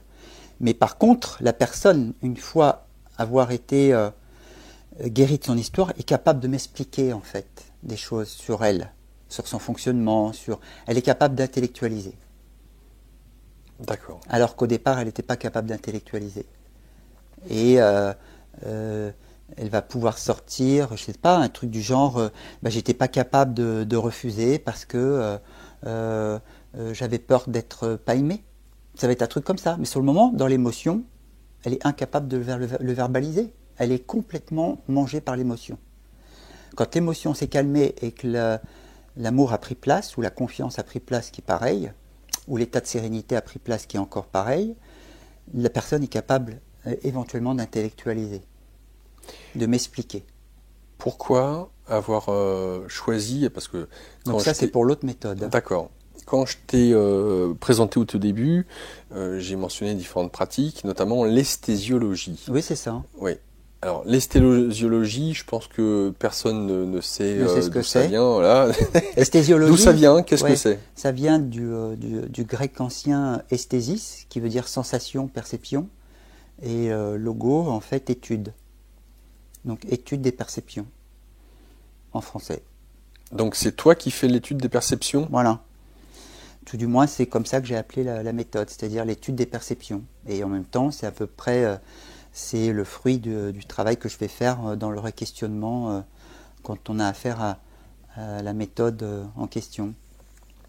Donc on peut imaginer que quand tu fais l'astro-esthésiologie, donc tu y associes l'astrologie pour ouais, avoir une voilà, c'est-à-dire cartographie. que l'astrologie va me permettre d'avoir des explications sur les blocages inconscients en fait que la personne porte, qu'elle ignore elle-même. Donc ça peut aider, notamment quand la personne mais ça c'est dans la discussion qu'on peut avoir éventuellement au téléphone, quand je vois que la personne est trop éloignée d'elle-même, ou que c'est vraiment dans une confusion immense, que éventuellement je peux proposer qu'on établisse le thème pour cerner très vite où sont les blocages que la personne ne va pas percevoir. Il y a des personnes qui savent à peu près d'où viennent le problème, ou qui vont dénoncer en tous les cas un bourreau X ou Y, et là du coup on peut travailler assez facilement. Mais quand les personnes ne savent pas trop en fait pourquoi ça se répète, pourquoi le scénario dans lequel elles sont se répète, pourquoi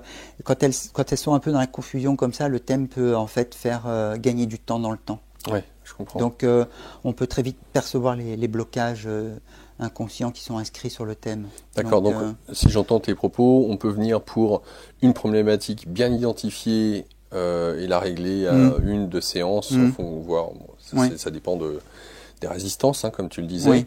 Ou alors on peut venir te voir pour faire un travail à long terme, aussi. À savoir venir pour les choses dont je suis conscient, dont j'aimerais me débarrasser, et puis pour toutes les parts inconscientes, là, on va dire que l'étude de la carte du ciel pour toi est une manière d'avoir une vue générale. Quand ça reste confus pour la personne, qu'elle n'arrive pas à mettre le doigt dessus. Ouais, d'accord. Quand elle n'arrive pas à cibler, même pas un bourreau. Quand elle n'arrive pas à définir en fait pourquoi ce problème-là, elle nage dans le flou. Et c'est souvent, beaucoup plus souvent d'ailleurs, des problèmes avec soi, c'est-à-dire qu'il n'y a pas un bourreau désigné, que ça soit la vie, la société, le monde, le père, la mère, le frère, la sœur et la tante, etc. Mais qu'elle dit voilà, je sais pas, je réitère tel scénario, j'arrive pas à comprendre pourquoi.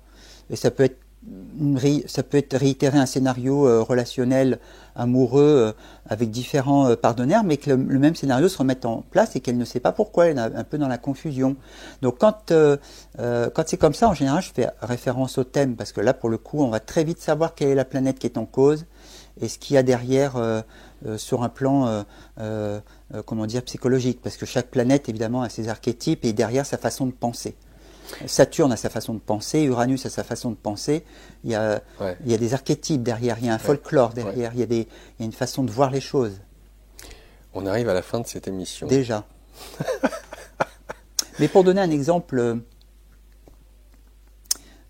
qui était assez frappant, j'avais eu une femme qui était venue me voir parce qu'elle savait que son fils allait être emprisonné dans l'année qui suit parce que il avait en fait provoqué un accident envers un motard, et bon bref, et elle savait que de toute façon le jugement allait tomber et qu'il allait passer X temps en prison, et pour elle c'était la catastrophe, vraiment la grosse catastrophe. Et qu'elle était hyper stressée à l'idée de voir son fils emprisonné, et qu'elle était totalement effondrée, et elle est venue en fait me voir pour dire il faut que j'arrive à dépasser cette angoisse de voir mon fils en prison, et on a commencé l'exercice de questionnement, et à un moment donné pendant la séance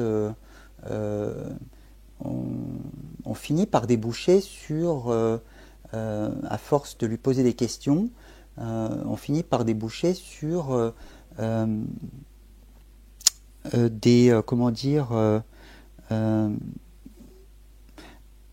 sur elle, forcément, puisque ça la concernait elle, mais sur un plan encore plus personnel, c'est-à-dire qu'il n'avait plus rien à voir avec cette histoire de fils emprisonné ou pas, mais qui avait à voir en fait avec sa propre vie. Puisqu'à un moment donné, parce qu'à un moment donné, je lui dis, la façon dont vous parlez de votre fils, ça me revient, je lui dis, on a l'impression qu'on va jeter un poussin dans une cage aux lions. Et elle me dit, c'est exactement l'image que j'en ai. Mais j'ai dit, mais est-ce que vous vous rendez compte que ça, ce n'est pas votre fils que vous décrivez, le poussin n'est pas votre fils. Je dis, c'est la représentation que vous en avez. Vous êtes en train de faire une projection de ce qui vous appartient à vous sur votre fils. Le poussin n'est pas votre fils. Vous parlez de vous là actuellement. Et elle me dit, comment ça, je comprends pas. J'ai dit, vous êtes en train de projeter en fait un univers personnel. Donc j'ai dit, je vais être très clair, je vais vous poser la question, qu'est-ce que vous avez laissé de côté dans votre vie, où vous n'êtes pas arrivé en fait à être un lion parmi les lions, mais plutôt un poussin parmi les lions. Et elle était au départ assez étonnée de cette question. Ouais. Et elle me dit, en fait, elle me dit, votre question me ramène à ma vie en fait. Et je dis oui, c'est bien là que j'attends la réponse. Et elle me dit, en fait, j'ai fait une formation de PNL, j'ai fait une formation de sophrologue, j'ai fait une formation de je ne sais plus trop quoi encore. Enfin, elle a fait 3-4 formations. Et j'ai dit, très bien, et vous en avez fait quoi? Il me dit, c'est resté dans un tiroir, je n'en ai rien fait. Je n'en ai absolument rien fait. Et j'ai dit, et on peut savoir pourquoi. Donc elle me donne à l'époque la raison, je ne m'en souviens plus vraiment. Mais d'un seul coup, la peur de se lancer, je crois, la peur de se tromper, de mal faire, enfin bon bref, la peur finalement de ne pas y arriver. Et d'un seul coup, j'ai dit, et maintenant vous percevez mieux en fait les projections que vous êtes en train de faire sur votre fiston, qui ne va pas y arriver, qui ne va pas s'en sortir, qui va être le poussin qui va se laisser bouffer par les lions. Elle me dit, oui, je commence maintenant à entrevoir en effet le lien que vous faites. Et elle me dit, vous avez raison. Elle me dit, en fait, je ne parle pas de mon fils là. Elle me dit, je parle de moi. Je dis, on est bien d'accord, vous commencez bien à le sentir là. Elle me dit, oui, oui. Souvent, je demande aux gens en fait comment ça se passe dans leur corps, hein, parce que le corps ne ment pas. Hein. Donc, j'ai dit maintenant, quelles sont les armes de votre fils? Dites-moi quels sont ses atouts. Et elle commence à m'en donner un. Je dis, donnez-moi un autre, puis un autre, et puis un autre. Et en fait, elle s'aperçoit que son fils en fait a plein de cordes à son arc. Elle me dit, mon fils en fait est capable de discerner très vite en fait quels sont ceux qui vont pouvoir l'épauler de ceux qui vont lui poser des emmerdes. Mon fils est capable de, mon fils est capable de, mon fils est capable de. Et en fait, à la fin de la séance, elle s'est rendue compte que ce qu'elle décrivait de la réalité n'était pas la réalité. C'était juste une projection de ses propres filtres sur son fils et la réalité qu'il allait avoir. Et que ce n'était pas la réalité de son fils. Et en fait, elle est ressortie de ce cabinet-là, et je sais qu'elle m'a recontacté 1 an après pour une autre raison que son fils, et son fils allait être incarcéré, et pour elle, c'était OK. Elle savait que son fils allait pouvoir se dépatouiller avec ses propres armes, et non pas le plan catastrophe qu'elle prévoyait, c'est-à-dire la pauvre petite chose qui allait complètement être broyée par tout le reste. Voilà, c'est un exemple assez concret où on part d'un point de vue qui est que en fait son fils allait se faire bouffer par les lions dans la cage et comment on s'aperçoit qu'en fait ça parle d'elle et comment en effet d'un seul coup elle découvre que son fils a objectivement des atouts qui vont lui permettre en effet de pouvoir survivre en prison au même titre que les autres. Frédéric Dautrive. Frédéric, tu es sur Paris. Voilà. On peut aussi comprendre que ça c'est pas un problème pour faire des consultations par Skype par exemple. C'est même plutôt recommandé en ce moment, oui. Voilà.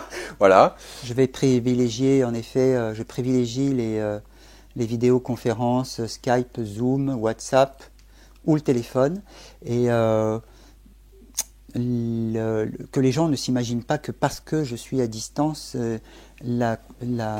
ça ne perd pas. Ça ne perd pas en qualité du tout et en efficacité.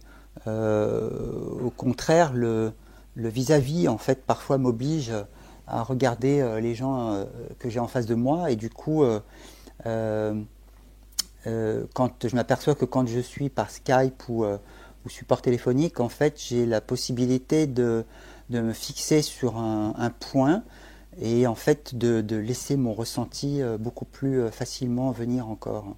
Donc en fait, ça ne perd aucune efficacité. En tout cas, un grand merci pour Merci avoir été présent avec nous et nous faire part de tes expériences. Merci à toi, Laurent. On se retrouvera dans quelques mois pour les rencontres de l'inconscient. Ce sera l'occasion d'avoir les intervenants, les auditeurs, auditrices. Là, pour le coup, on utilisera le téléphone pour essayer de voir ce que tu peux faire pour eux. Quoi qu'il en soit, avant ce moment-là, pour ceux et celles d'entre vous qui avaient apprécié cette émission, n'hésitez pas à laisser un commentaire, un pouce vers le haut, un pouce vers le bas, à la faire circuler, à la partager. N'hésitez pas à aller sur la page d'Immédiat consacrée à cette émission, là aussi pour laisser un commentaire. Et puis, vous avez tous les éléments pour contacter Frédéric, entre son site internet, sa page Facebook, son email, son numéro de téléphone, sa chaîne YouTube, enfin bref, tous les outils moyens possibles pour pouvoir le joindre. Vous les avez sur l'article d'Immédiat consacré à cette émission. Un grand merci de nous avoir suivis. Si vous avez apprécié et si vous appréciez nos programmes d'une manière générale, n'hésitez pas là aussi à nous soutenir financièrement en fonction de vos bourses. C'est vraiment appréciable. Je vous en remercie d'ailleurs. Et puis on se retrouvera le mois prochain pour un nouvel espace thérapeute. En attendant, prenez soin de vous. Frédéric, à dans quelques temps. Au revoir. Au revoir. Au revoir.